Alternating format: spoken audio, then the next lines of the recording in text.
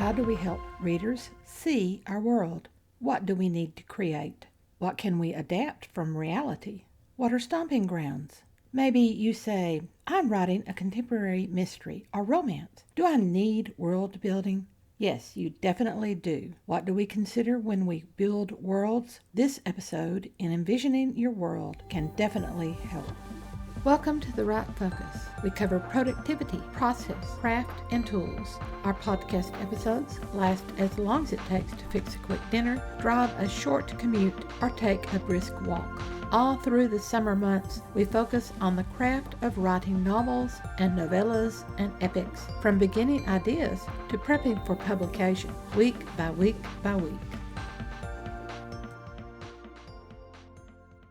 The episode for this week says, Envision Your World. We're building the world of our novel. As with any of these early sections, if you want to skip right on past and start writing, you may. They will sit here waiting on you when you run into a stoppage, and you will. Having background information prevents a lot of the barriers that interrupt white-hot creative flow. By the way, don't call any stoppage writer's block. It usually means that the novel is missing something, or it could be assorted fears, which is what drives procrastination, or inertia, or stagnation, which won't happen if you keep moving forward. What matters is that you are writing what you love and are having fun while you're writing. You may not have a lot of countable words this week, but you will definitely have work that will show your novel advancing. First, we determine our fictional locations and our real locations. Yes, it's perfectly fine for a writer of fiction to use real places, yet even novels that have real locations add in fictional places to suit the author's need for locations. Every book in Paris will have a mention of the Eiffel Tower, the burnt Notre Dame Cathedral, the Louvre, or Rive Gauche. The people in those locations and the events happening to them will be fictional. The Paris Cafe, where the protagonist meets her friends for crepes and coffee before heading off to sketch tourists, should come wholly out of imagination. We might base that cafe on one that we have seen, or even when we had crepes and coffees. For our own petit déjeuner, our imagination can give the place a new name, a new waiter, and a new street where it can lead to the same. We might base our novel on events that really happened, yet our take on the people in those events will be fictional. While real people in these places dealing with these events might be fascinating, any professional writer will advise to steer away from a documentary reality when writing fiction. To write about actual people of the past 50 years is to open our arms and embrace lawsuits. This is a sad commentary on reality. Someone's life might fascinate, but their family may not be fascinated by our writing. We can always have famous and infamous people walk through our stories. Their entry provides verisimilitude. Adding them is not wholly necessary, though, and they do not have to take an active part. How do we create our world? Well, already we have in mind various areas where we want events to occur. We may have vivid visions of those places. We could have taken photographs or found images online, either through browsing or looking for specific places in stock photo retailers like Shutterstock or Deposit Photos and the like. Or we may simply have a general description: local bar filled with smoke, the willow pond with its overflow dam, the glass-encased office building with its high-speed elevators. We may think we are specific when we think frontier America before the Revolutionary War, or Bond Street in London during the Regency era, or the Battle of Hastings in 1066. These are places and times. Setting is more than place and time. It's also culture. Think about high school. How many cultures can you name? The drama geeks, the band nerds, the hoodies, the jocks, of which the football guys had a different culture from the basketballers who were different from the cross-country runners. And we haven't even touched the teachers, who have their own various cultures, not dependent upon their faculty domain, and who should never be confused with the administration or the support personnel, who are often more vital than administration in the running of a school. In each culture, the common behavior, focus, and personalities are vastly different. So when we think setting for each area, we should think about the different cultures who congregate in those places, often at different times. In any modern bar, we have different cultures entering, each giving the setting a different vibe.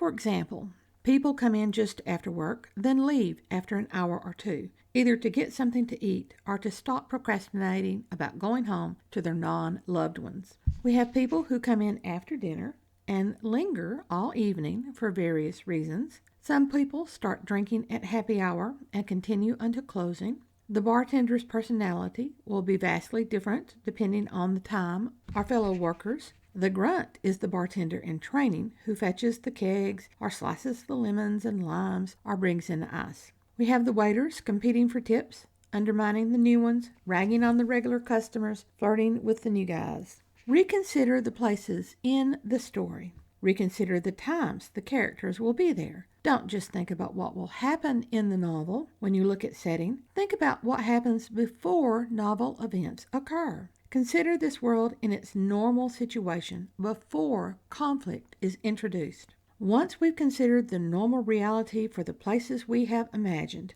do a little search on stock photo retailers. These images will help you describe the places for your potential audience and keep those descriptive details the same. Descriptive elements ground the audience into story. Having images in hand when we start the rough draft prevents our breaking the creative flow. Print them off, label them, stick the images where we see them as we write. So our first job for our first day of this week, with the settings we have located for our stories, determine what the environment is like when things are normal. Job 2, locate images to use when writing descriptions by browsing stock photo retailers. And then the third job is to create captions as labels with descriptive elements noted either as part of the captions or on the back of the images. Our second task this week is to figure out our stomping grounds. We need to know the stomping grounds of all the primary characters. A stomping ground is the local neighborhood. Friends, family, local hangouts, local shops and restaurants and groceries, people who serve as authority, and people who rebel against that authority. All of these are essentials for any stomping ground, and our characters interact with the people who inhabit these places. Consider religious,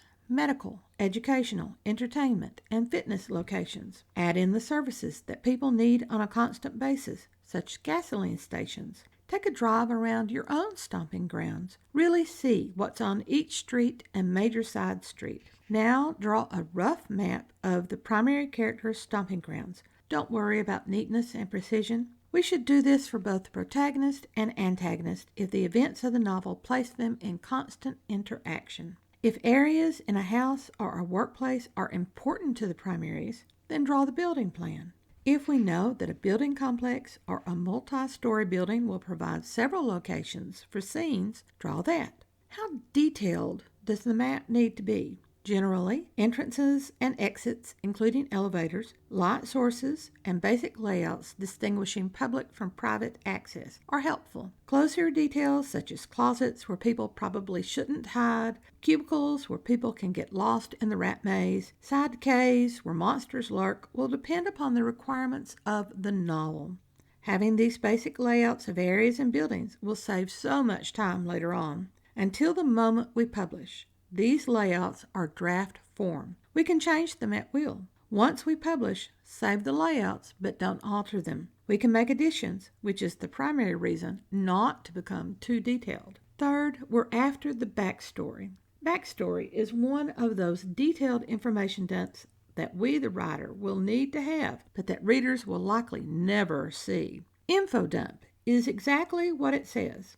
We have information that we shove into a story when it serves no plot purpose or character revelatory purpose. It's a dump because readers will plow through and think, this is all junk that should have been thrown out. Worse, readers might start skimming to get past the info dump and miss a vital element when the story starts back. Then, when they get to the end, they believe the writer didn't put that vital element in and diss you because it was missing, which it isn't. We don't want to spend a lot of time on backstory. It's necessary but not essential to story. So step A, map people. Mapping people means that you create the backstories for primaries and important secondaries. Backstories create motivation and automatic behavior reactions of people. Flinching at loud noises can have multiple causes. The backstory tells the reason that it occurs. We might write 150 to 200 words, but only use a snippet. To add 140 useless words to the story will become infodump, which we want to avoid. Never consider that backstory is useless. It adds depth and richness. It just doesn't go in the novel. Places also have backstory. The history of a particular place is not how it came to be. That history provides what happened to people in that place. Whether a tragic event occurred or the place's founding was important, we should consider a quick brief for each significant place. Remember, this brief will focus on people in that place. These backstories will be a mine of information as we write. They help provide opinions and automatic reactions of characters to other people's actions and reactions, as well as events and situations. Refer back to the work on the primary characters as you write your backstory. We may already have sketched out this information. Secondary characters are those who interact with the primaries throughout the story. Their backstories will be very brief. If you have in mind a tertiary character, which is third level down, with a strong motivation for betrayal or alliance, you may wish to add in their backstory. A character who provides only a snippet of vital information may also have a backstory, but only 50 words or so, and it really may not make it into the novel. That's our basic world. We know what it looks like. We have descriptive details for our primary characters' common places and cultures. We know the backstories for those stomping grounds, and we have details, but not too many. We want to start writing without having to stop and build, yet we also haven't become so specific that we cage our muse. Show the muse the basics of the world, and she will jump around with unexpected ideas while we write. And we still haven't covered major world building. That's coming up. Join us for world building details next week. Inspiration for this episode comes from Donald Murray. He reminds us that writing is not apart from living. Writing is a kind of double living. The writer experiences everything twice, once in reality and once more in the mirror, which waits always before and behind him. He's right. No matter the genre, whether we write contemporary world, mystery, Scottish romance, space opera, epic fantasy, historical epic, ancient horror, we build that world. We build it based on our own world.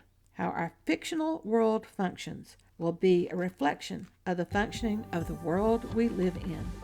Thanks for listening to The Write Focus, a podcast for writers at all levels, hosted by M.A. Lee with the assistance of Remy Black and Edie Rooms from Writers Inc. Books. All through the summer months, our focus is the craft of writing. We are discovering your novel from beginning idea to prepping for publication. We'll work through the process stages of foundations to story, envisioning the story, analyzing story before, during, and after the draft, harvesting the story through revisions and enhancements, and prepping the story for publication.